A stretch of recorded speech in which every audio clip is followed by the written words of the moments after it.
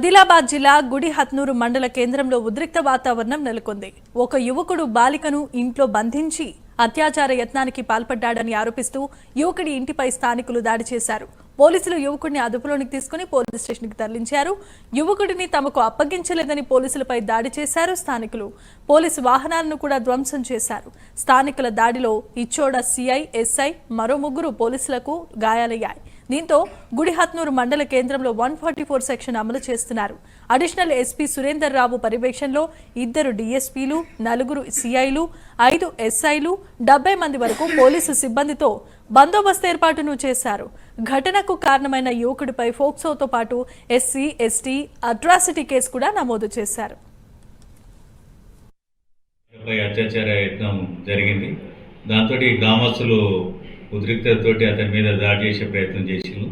ఇటు సమాచారం మేరకు గుడిహత్నూరు ఎస్ఐ, ఇచ్చోడ ఎస్ఐ గారు వెంటనే ఘటనా స్థలికి చేరుకొని ఆ పరిస్థితిని చక్కదిద్దే క్రమంలో గ్రామస్తులు వాళ్ళ మీద రాళ్ళు రువ్వడం, పోలీసు సంబంధించిన వెహికల్ డ్యామేజ్ చేయడం కూడా జరిగింది.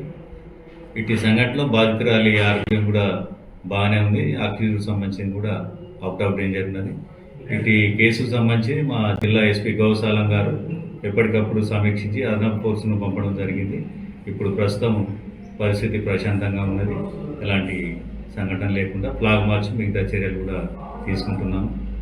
మా అడిషనల్ ఎస్పీ ఆపరేషన్స్ సురేందర్ రావు గారు కూడా ప్రత్యక్షంగా వచ్చి సలహాలు సూచనలు ఇవ్వడం జరిగింది. పరిస్థితి ఇదే అంశానికి సంబంధించిన మరిన్ని అప్డేట్స్ మా కరెస్పాండెంట్ చంద్రశేఖర్ అందిస్తారు. చంద్రశేఖర్, చెప్పండి.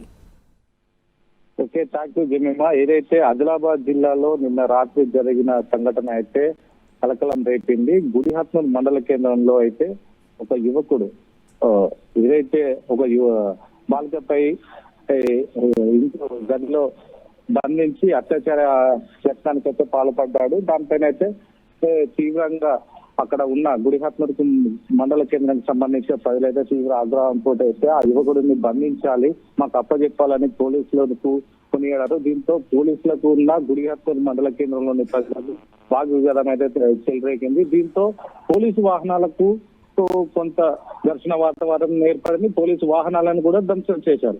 అయితే ఏది ఏమైనా కూడా నిన్న రాత్రి 144 సెక్షన్ విధించారు. దీంతో పాటు ఒక సిఐ, ఇచ్చోడ సిఐ, గుడిహత్నూరు ఎస్ఐకి అయితే తీవ్ర గాయాలయ్యాయి. మరికొంతమంది పోలీసులకు కూడా గాయాలవడంతో అయితే పోలీసులు ఈ రోజు ఉదయం వరకు కూడా 144 సెక్షన్ విధించి అక్కడ ఉన్న ఏదైతే అక్కడ ఉన్న కొంచెం సంఘటనలను అయితే సర్దుమణిగే ప్రయత్నం అయితే చేశారు. ఇప్పటికైతే ప్రశాంతమైన వాతావరణం అయితే నెలకొంది. ఏది ఏమైనా కూడా యువకుడి పైన ఫోక్స్ చట్టం అయితే నమోదు చేశారు. ఫోక్స్ చట్టం పైన అయితే యువకుడిని అదుపులోకి తీసుకున్నారు పోలీసులు.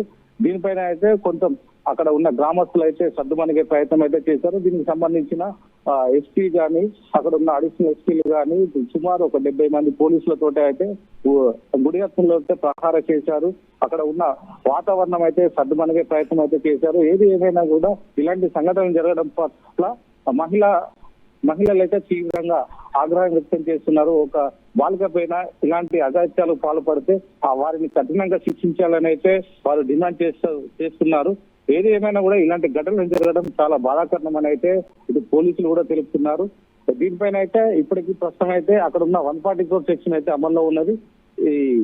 అక్కడ పోలీసులు కూడా మార్నింగ్ నుంచి ఇప్పటికీ పహారా కాస్తున్నారు. ప్రస్తుతానికైతే అక్కడ ఘర్షణ వాతావరణం అయితే సద్దుమణిగిందని చెప్పుకోవాలి.